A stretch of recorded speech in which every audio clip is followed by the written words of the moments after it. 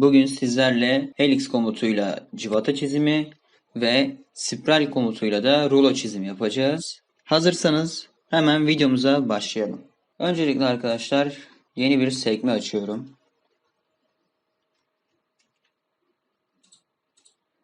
Parçamıza üst düzlemden bakarak cıvatanın baş kısmını yapacağım arkadaşlar. Çizimi açtık. Buradan altıgen seçiyorum. Ardından uzaklıklarını şu şekilde 24 olarak belirledim. Ardından ekstrüsyon ile katı oluşturdan 10 milimlik yükseklik verdim. Üst yüzeye çizim açtım, dik baktım. Merkezden kenara doğru tam 12 yarı çaplı dairemi çizdim. Ve ardından ekstrüsyon ile kesmeden şu şekilde arkadaşlar burayı dikkatlice izleyin. Hem cıvata çizimini de görmüş olursunuz. Ters tarafı seç diyorum. Şurada görmüş olduğunuz raft on yani açı verme kısmını seçiyorum arkadaşlar. 60 derecelik bir açı vererek cıvatanın görmüş olduğunuz gibi ana yüzünü oluşturuyoruz. Ardından alt kısma çizim açıyorum. Dik baktım.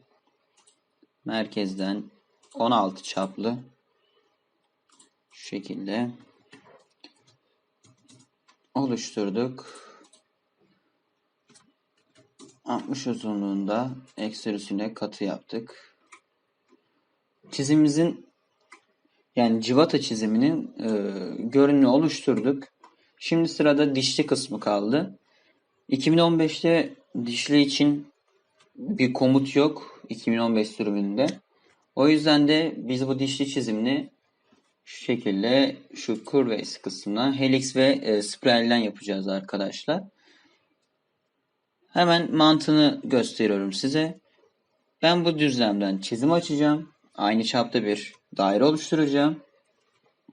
Ardından helix ve spiral komutuna gelerek belirli uzunluklar, mesafelerini belirleyerek helix ve spiralimi oluşturacağım arkadaşlar. Tabii ben burada cıvata çizimde helix kısmını kullanacağım. Spiralde de rulo kısmında kullanacağım. Rulo çizimde kullanacağım. Ve ardından bu çizimleri kapatarak süpürerek kesme ve süpürerek katı oluşturma komutlarını sırayla kullanarak helix ve spiral komutunu kullanmış olacağız hep birlikte. Hemen şuraya ben bir önce radyüs vermek istiyorum. Şu şekilde 1 milim olsun radyüs. Şimdi buraya çizim açıyorum arkadaşlar. Hiç yaklaştırmaya gerek yok. Merkezden 16 idi çapı. Evet bu şekilde oluşturdum. Şimdi Features kısmından Curves'ten Helix and Spiral'e geliyorum arkadaşlar. Ben de spiralde açık kalmış. Ben yükseklik ve döndürmeyi seçeceğim bu kısımda cıvata için.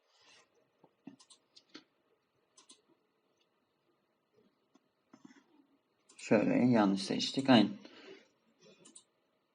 Yükseklik ve döndürme. Evet. Tersine seçiyorum arkadaşlar.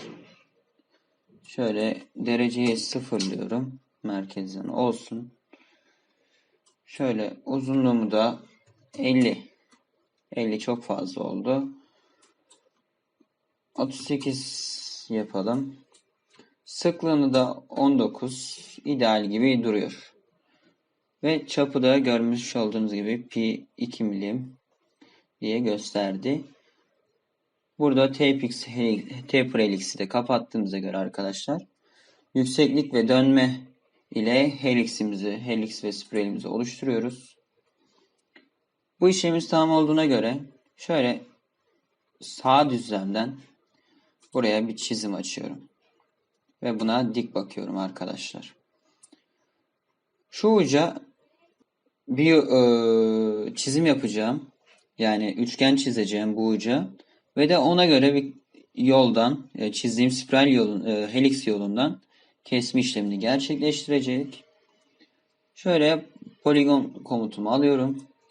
Üç kenarlı olmasını istiyorum. Şu şekilde şuraya şöyle bir çizim yapıyorum arkadaşlar.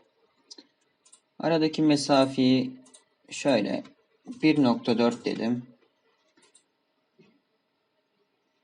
Yani 2 de orada göstermiş olduğum gibi. Çok fazla içeriye de girmek istemedim. Ve de kenarında boşluk olmasını istedim. O yüzden 1.4'lü tercih ettim. Daha kısa da olabilir. Sizin tercihiniz.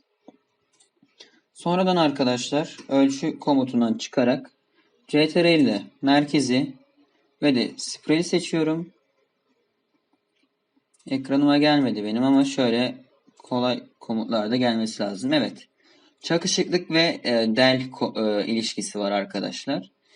Del ilişkisini veriyorum buna ve çizimden çıkıyorum arkadaşlar. Burada şimdiki aşamamız süpürerek kesme komutunu kullanacağım. Profilimi seçtik. Yolumuzu da heliximizi seçiyoruz. Evet. Şu şekilde oluşumunu gösterdi bana. Onaylıyorum arkadaşlar çizimi. Helix komutuyla cıvata çizimini gösterdiğimize göre arkadaşlar. Şimdi sırada rulo çizim var. Hazırsanız hemen ona başlayalım. Şöyle kaydetmeyeyim. Yeni bir çizim açıyorum. Şöyle ben sağ düzlemden bakalım, sağ düzlemden daha mı iyi duruyor? Evet, sağ düzlemden daha iyi duruyor. Sağ düzlemden arkadaşlar çizim açtım. Yine aynı mantık. Dairemi oluşturdum.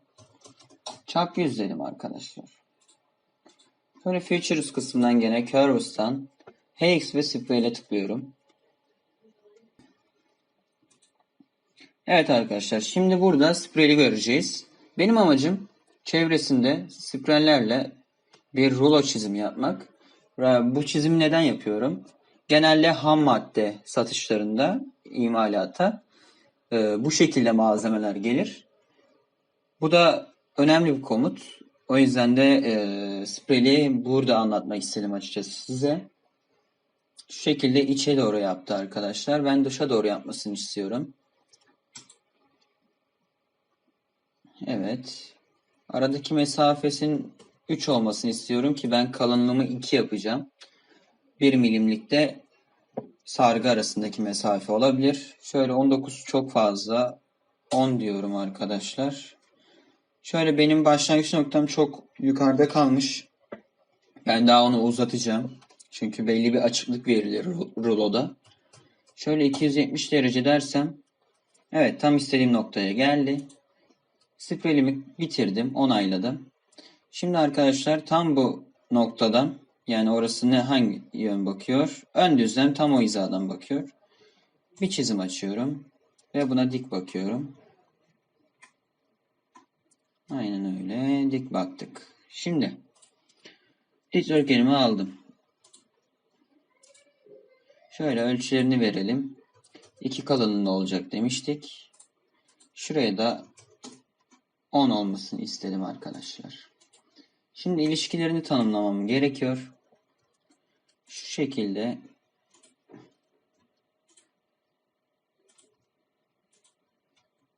şöyle 80 dersem herhalde kenar tam çakıştı. Şöyle 81 dersem ortalayabilirim.